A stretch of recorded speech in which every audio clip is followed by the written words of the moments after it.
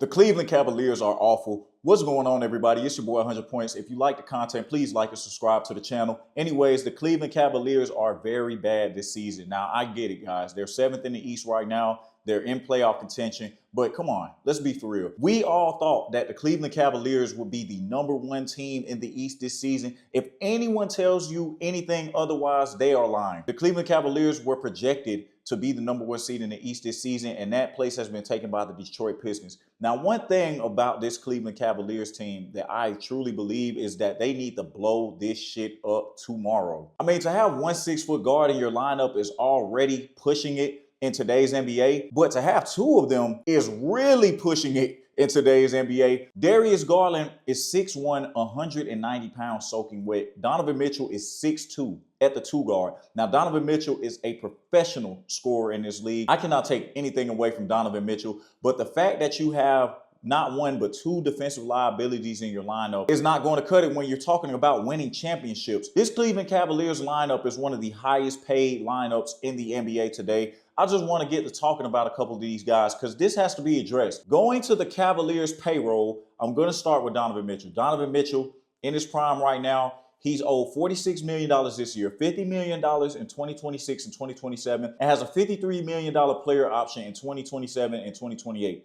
Evan Mobley just got paid. Evan Mobley has a whopping guaranteed $269 million in his contract. Guaranteed money. Darius Garland is getting $40 million a year to be a good point guard, not a great one. He's not giving you the production this season that says, hey, we're going to pay this guy $40 million. And on top of that, he is a defensive liability. There's no way around it, bro. You cannot control size. He is one of the smallest players on the court night in and night out, and he's hunted on defense every single game. DeAndre Hunter has been playing some very lackluster basketball this season. And if we look at what DeAndre Hunter is really doing this season, 14 points a game, 42% from the field, 30% from the three-point line. That is not his standard for three-point shooting. That just screams not interested. I don't want to be here. There have been reports saying that he does not want to be in the Cleveland uniform. I don't know if that's true. I don't know if that's not true. Yet, he's performing like he doesn't want to be there. When we go look at DeAndre Hunter in the previous couple seasons shooting the basketball, when he got to Cleveland last season, he was shooting 42% from the three. When he was in Atlanta, he was shooting 39%. The year before that, 40%.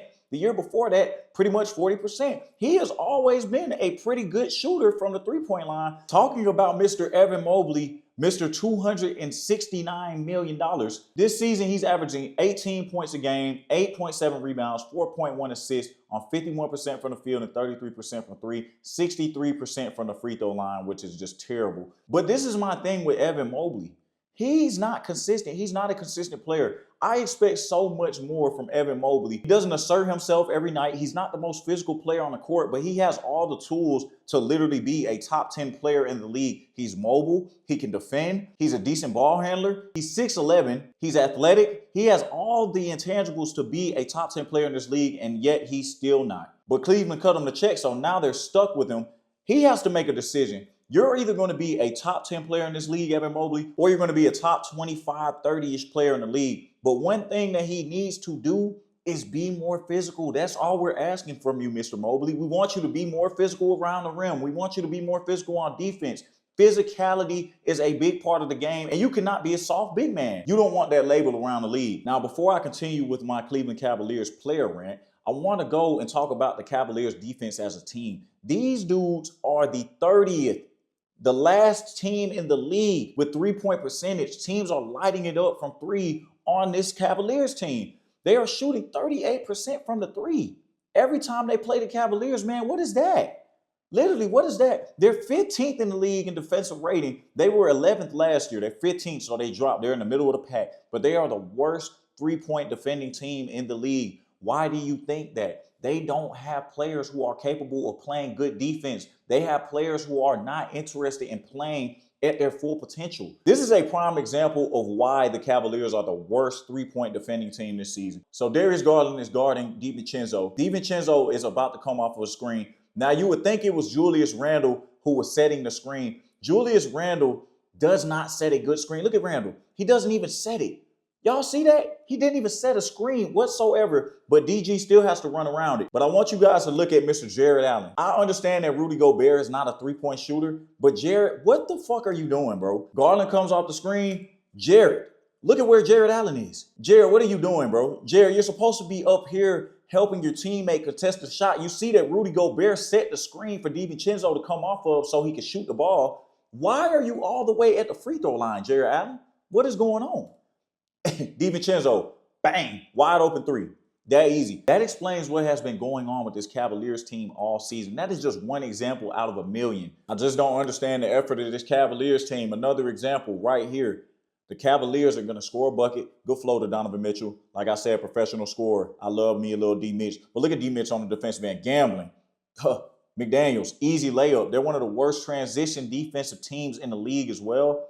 I just don't like what I see from the Cavaliers. Moving down the list of players and what they're doing. Jared Allen is getting $20 million this season, $28 million next season, $30 million the season after, and $32 million in 2028 and 2029. I honestly think they need to move on from Jared Allen. There is no Mr. Nice Guy anymore. Jared Allen looks really disinterested in playing for this Cavaliers team. That play was just a prime example. If we look at Jared Allen's numbers, he averages 13.5 points a game, 7.9 rebounds, 2.2 assists on 59% from the field, 14% from three, never been a three-point shooter. I want us to look at Jared Allen's numbers year by year. 13.5 points a game last season. Okay, cool. We all know that Jared Allen isn't the real scoring option for this Cavaliers team. But one thing that stands out, 9.7 rebounds a game. 10.5 rebounds a game the season before. And this season, you're averaging around 8 rebounds a game. Where's the effort? What is going on this season with these Cavs players? Why are they playing worse than what they're getting paid to do? The big signing of the offseason that we all thought was going to make such an impact, Lonzo Ball, bro, he's playing like he forgot how to play basketball. And I get it. Lonzo was coming off of the injury, but we cannot keep making excuses. They paid Lonzo $10 million a year to come in here and make an impact. Lonzo Ball, right now, averaging 5.2 points a game, 4.1 rebounds, 4.4 assists, 31% from the field, 27% from the three-point line. I'm not sure, but I promise you guys, with as many attempts as he's gotten, this has to be one of the worst shooters in the league today.